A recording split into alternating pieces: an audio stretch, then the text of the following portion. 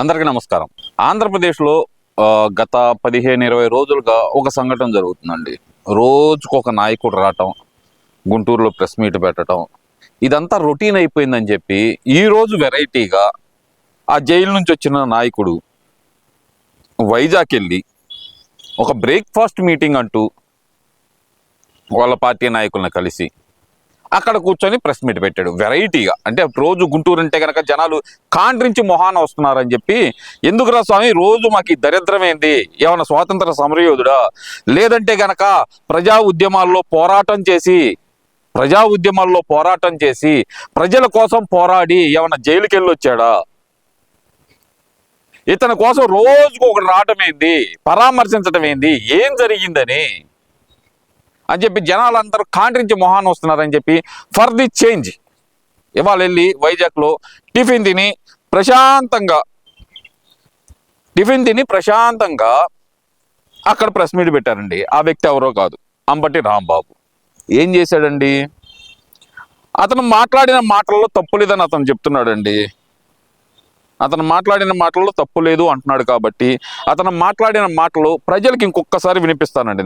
నన్ను మీరు ఏమైనా అనుకోండి, ఎందుకు వాడిని పదే పదే లాగుతున్నారంటే, అతను చేస్తున్న వ్యవహారం ఎలా ఉందంటే గనక రాష్ట్రంలో వర్గ వైషమ్యాలు రెచ్చగొట్టి రాష్ట్రంలో ఒక రకమైన కులచిచ్చు రేపాలని చెప్పి చూస్తున్న ఆ వ్యక్తి గురించి ప్రజలకు తెలుసుకోవాలి. అతను నేనేం మాట్లాడాను, ఏం మాట్లాడలేదు కదా అంటున్నాడు కాబట్టి అతను మాట్లాడిన మాటలు మీకోసం ఒకసారి వినిపిస్తాను. బాధగానే ఉంది, కానీ వినిపించాలన్నా ఆ మాటలు విన్న ప్రతి ఒక్కరికి కోపం వస్తుంది. వినిపిస్తాను మీకోసం.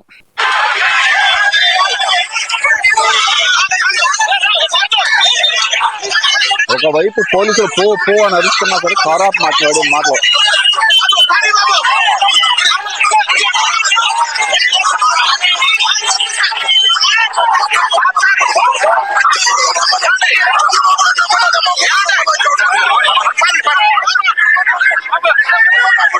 విన్నారు కదా, పాపం ఇలాంటి శుద్ధపూస ఏమి మాట్లాడని నేత, నేను అమాయకుడిని అని చెప్పుకుంటున్న వ్యక్తి ప్రతి చోట ప్రతి నియోజకవర్గం నుంచి జగన్మోహన్ రెడ్డి ఇచ్చిన షెడ్యూల్ ప్రకారం రోజుకొకళ్ళు వచ్చి ఆయన ఏదో దీశాలి, ఒక కులాన్ని ఉద్ధరించడానికే పుట్టాడు అన్నట్టు మాట్లాడుతున్నారు కదా.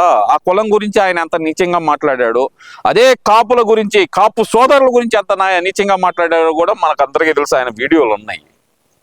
మరి అలాంటి వ్యక్తి ఈరోజు వచ్చి కాపుల మీద దాడి జరిగిపోతుంది, దానికి ఉదాహరణ నేనే, నా మీదే దాడి జరుగుతుంది అంటూ ఒక కథల్ని రాష్ట్రంలో ఎలాగైనా సరే కుల గొడవలు పెట్టాలని చెప్పి చూస్తున్నాడండి. అందుకనే అతని గురించి మాట్లాడాలని అనుకుంటున్నాను నేను. ఇంకా విషయంలోకి వస్తే కనుక ఈరోజు ఆయన వైజాగ్లో మాట్లాడిన మాటల్లో కొన్ని మాటలు తీసుకుందాం. మనం కొన్ని మాటలు తీసుకొని దాని మీద అయితే విశ్లేషణ చేద్దాం. ఆయన ఏం మాట్లాడుతున్నాడో వింటూ అయితే విశ్లేషణ అయితే చేద్దామండి.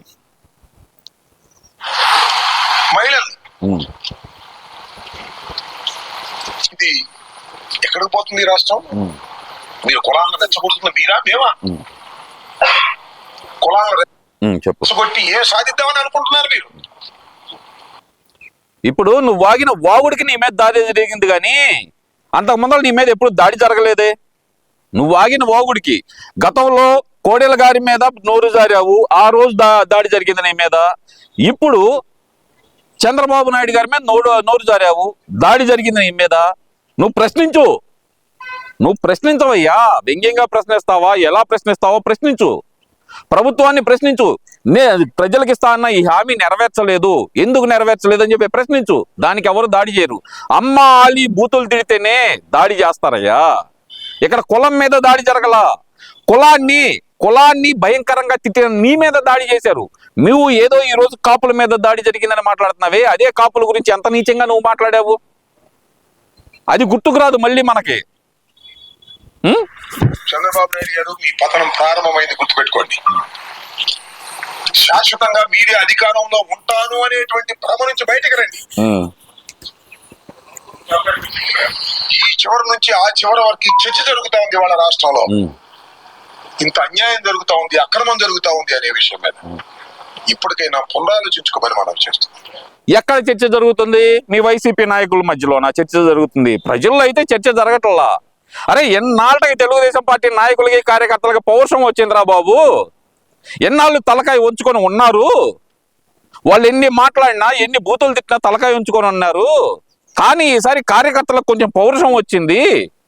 దాడి అన్నా చేయగలిగారు. అక్కడికి వెళ్ళి అతన్ని ప్రశ్నించడానికైనా వెళ్ళగలిగారు.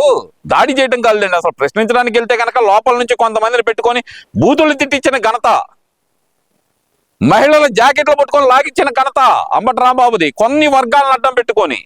అది ఈయన సొంత వర్గం కాదండి, అది ఈయన సొంత వర్గం లేదు. ఆ టైంలో పక్కన ఎస్సీ ఎస్టీ బీసీలను ఎస్సీ ఎస్టీలను పెట్టుకొని వాళ్ళ చేత తిట్టించాడండి. ఈయన సొంత వర్గం ఏమన్నా ఉందా అక్కడ? మరి ఈయన కులానికి ప్రతినిధి ఎలా అవుతాడు? మరి ఈయన వర్గం అక్కడ ఉంటే గనక, ఈయన కులం వాళ్ళు అక్కడ ఉండి గనక మాట్లాడినట్టయితే గనక నిజమే అంబటి రాంబాబు అనే వ్యక్తికి కుల మద్దతు ఉంది అనుకునేవాళ్ళం. కానీ నువ్వు అడ్డం పెట్టుకుంది ఎవరిని? ఎస్సీ ఎస్టీలను కదా అక్కడ పెట్టుకుంది. అంటే నీకు వాడుకోవటానికి నువ్వు చేసిన చండాలం పనులు కప్పిపుచ్చుకోవడానికి ఎస్సీ ఎస్టీ మహిళలను అడ్డం పెట్టుకొని అక్కడ నువ్వు చేసిన దౌర్జన్యం, ఎంత దౌర్జన్యం చేసావు? నిన్ను ప్రశ్నించడానికి వచ్చిన మహిళ మీద ఆ మహిళలతో ఎంత దాడి చేపించావు నువ్వు? దాని తర్వాత కదా విధ్వంసం మొదలైంది. నువ్వు మర్చిపోయావేమో, వీడియోలన్నీ ఉన్నాయి రెడీగానే. ఇప్పటికీ నేను డిమాండ్ చేస్తున్నా, డిమాండ్ చేయి. నా మీద దాడి చేసిన వారు, నా ఇల్లు పగలగొట్టిన వారు, నా ఆఫీస్ పగలగొట్టిన వాళ్ళు, నా కార్లు పగలగొట్టిన వాళ్ళు, నా ఆస్తులు ధ్వంసం చేసిన వాళ్ళ మీద కేసు పెట్టకపోయావా, యాక్షన్ తీసుకోకపోయావా, అనుభవిస్తావు చంద్రబాబు, లోకేష్. గుర్తుపెట్టుకోమని మనం చేస్తున్నాం. ఏం చేస్తా చెప్పు కొంచెం. ఏం అనుభవిస్తారు? అదే చంద్రబాబు నాయుడు గారి ఇంటి మీదకి జోగి రమేష్ అయ్యా రౌడీ మొక్క వెళ్తే కనుక మీ జగన్మోహన్ రెడ్డి ఏం చేశాడయ్యా? మీ జగన్మోహన్ రెడ్డి ఏం చేశాడు? ఎమ్మెల్యే నుంచి మంత్రిని చేశాడు. అదేనా? తెలుగుదేశం పార్టీ ఆఫీస్ మీద దాడి చేసిన వాళ్ళకి కార్పొరేట్ సీట్లు, అలాగే చూస్తే కనుక వాళ్ళకి మేయర్ పదవులు, ఇంకా తాయిలాలు ఇచ్చావు వాళ్ళకి, తెలుగుదేశం పార్టీ ఆఫీస్ మీద దాడి చేసిన వాళ్ళకి. అదేనా? మరి ఆ రోజు ఎక్కడికి పోయింది ఈ గొంతు? ప్రశ్నించే గొంతు అడిగిపోయింది, ఎక్కడ మోగపోయింది? లేదంటే ఆ గొంతులో మీ రోజా గారు చెప్పినట్టు బెల్లం గడ్డ ఏమన్నా అడ్డం పడిందా?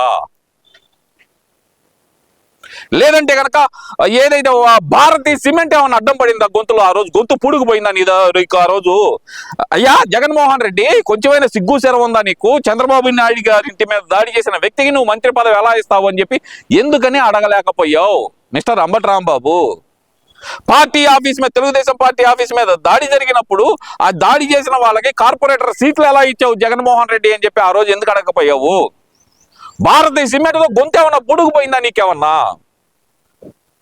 ఇంకా వచ్చి కబుర్లు చెబుతున్నావు, కబుర్లు చెప్పినా గానీ.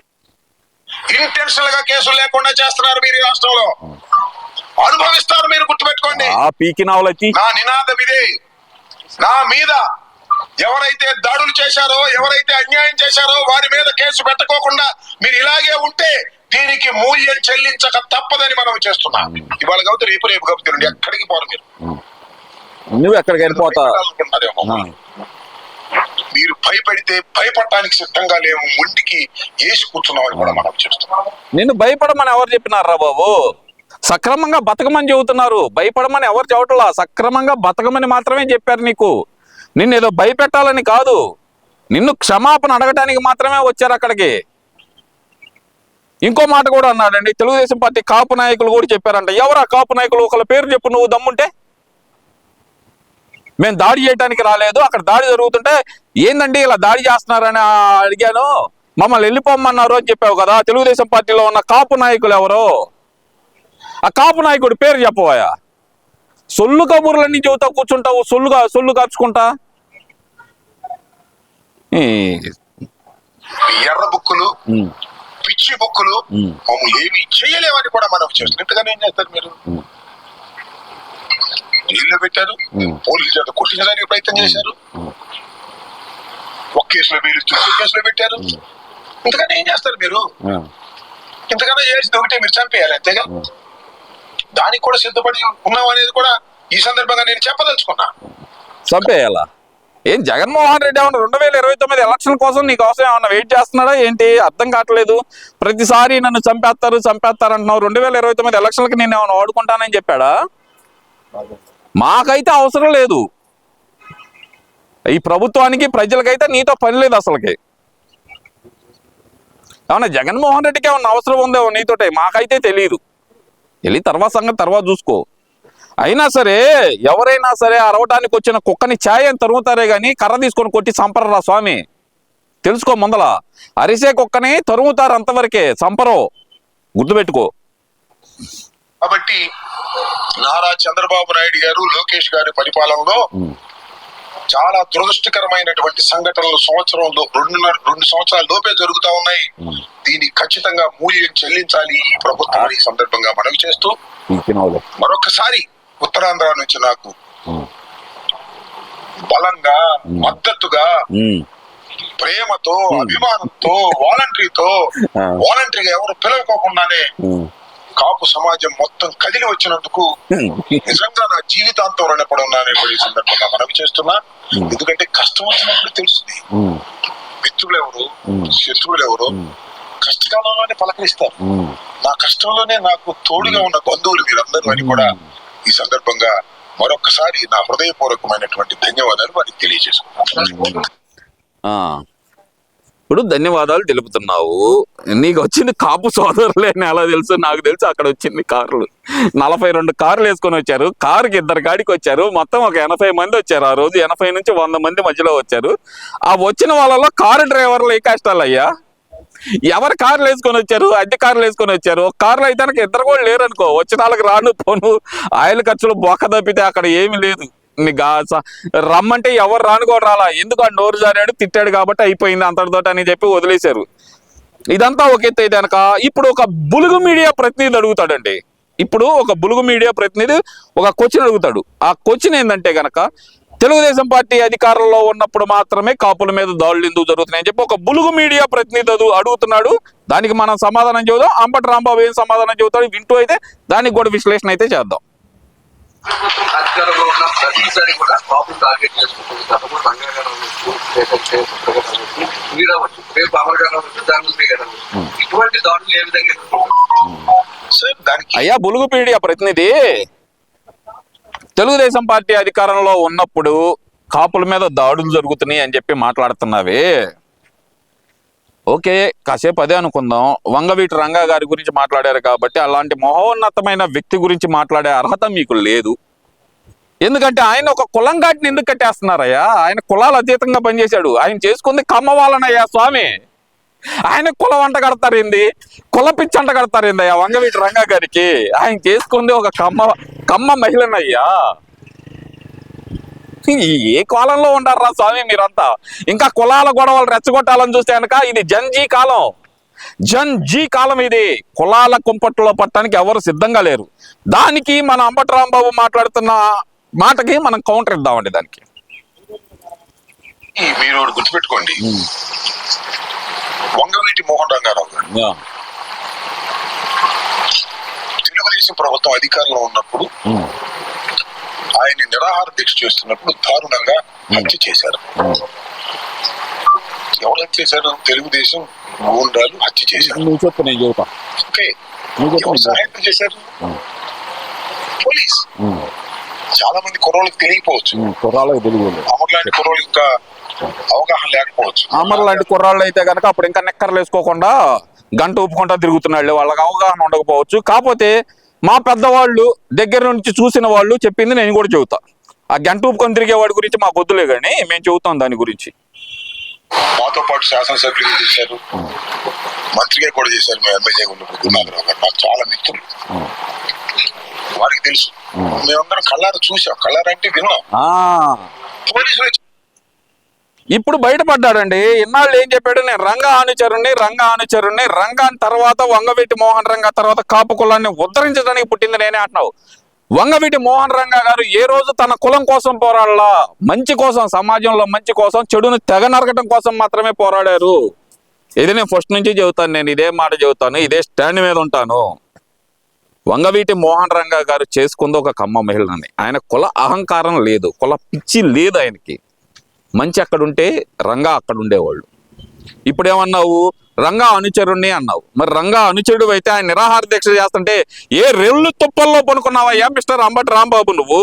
లేదంటే ఏ బెడ్రూమ్ లో పనుకొని నిద్రపోతున్నావు నువ్వు? ఆయన అక్కడ ఆయన అక్కడ నిరాహార దీక్ష చేస్తున్నాడు. మరి నువ్వెక్కడున్నా రంగా అనుచరుణ్ణని చెప్పుకుంటావు కదా. ఇప్పుడు దాకా ఏమన్నావు నువ్వు? చూశాను అన్నావు, చూడలేదు కానీ విన్నాను అంటున్నావు. అది జరిగిన వాస్తవం ఏంటంటే కనుక అప్పుడు తెలుగుదేశం పార్టీ అధికారంలో ఉన్నప్పుడు ఇక్కడ ఉన్న కాంగ్రెస్ నాయకులు ఒక సభ పెట్టారు. ఒక సభ పెడితే ఎటు చూసినా సరే వాళ్ళకి 1,00,000 నుంచి 2,00,000 మంది జనం కూటరాల. అదే సమయంలో వంగవీటి మోహన్ రంగా గారు ఒక చిన్న కేసులో అరెస్ట్ అయ్యి జైల్లో ఉండి ఆయన ఒక గర్జన అని చెప్పి ఒక సభ పెడితే 10 లక్షల మంది జనం వచ్చారు. కులాలకు అతీతంగా, చాలా క్లియర్గా అండి, కులాలకు అతీతంగా ఎస్సీ ఎస్టీ బీసీ మైనార్టీ కాపు, అందులో కమ్మలు కూడా ఉన్నారు. 10 లక్షల మంది ఆయన జనం జైల్లో ఉండి ఒక్క పిలిపిస్తే అంతమంది కదిలి వచ్చేదలకి ఇక్కడ ఉన్న కొంతమంది ఆయన అంటే గిట్టని సొంత పార్టీ నేతలు వాళ్ళ పని వాళ్ళు చేస్తే గనక ఆ రోజు నష్టపోయింది ఎవరండి? అరే గుంటూరులో దాడులు చేశారు. గుంటూరులో దాడులు చేసిన వాళ్ళు కాపు సోదరులు తక్కువ అండి. దాడు చేసింది ఎవరండి? కమ్మ వాళ్ళని టార్గెట్ చేసుకొని దాడులు చేసింది ఎవరండి ఆ రోజు? ఏమయ్యా అంబటి, మరి ఆ రోజు నువ్వెక్కడ దాక్కున్నావయ్యా? ఈ రోజు రంగా గారిని అడ్డం పెట్టుకొని పైకి రావాలని చూస్తే కనుక రంగా గారి మంచితనం చెప్పడానికి మా బోటాలు ఎవరో ఒకళ్ళు ఉంటారయ్యా. ఆయన కులాలు అంటించమాకండి అయ్యా మీరు. ఈ మధ్య కాలంలో కొత్తగా ఇంకో పేటీఎం తయారైందండి, కోటేసుకొని మాకు ఒక పేటీఎం తయారైంది అనకూడదు కానీ ఆమె కూడా అదే మొదలైంది, కాపు నాయకుడు రంగా, కాపు నాయకుడు రంగా అని. అంతకు ముందల దాకేమో ఆయన ప్రజానాయకుడు అని మాట్లాడేది ఆమె. ఈ మధ్యకాలంలో కాపు నాయకుడు అయిపోయాడు ఆయన ఆమె దృష్టిలో. ఆయన తర్వాత అంట అంబటి రాంబాబు అంట. ఏం పీకి పొడిచాడమ్మా? సరే ఆమె సంగతి వదిలేండి. సరే నువ్వు చెప్పవయ్యా, మీ కులానికి నువ్వేం పీకి పొడిచావు?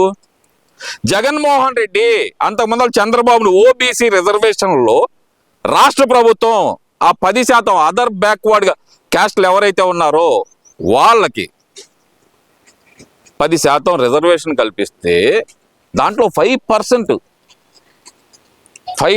అనేది కాపులకు కేటాయించాడు చంద్రబాబు నాయుడు గారు. అదే మీ జగన్మోహన్ రెడ్డి ఆ 5% రిజర్వేషన్ క్యాన్సిల్ చేసినప్పుడు నువ్వు ఎక్కడ తొంగోని నిద్రపోతున్నావు?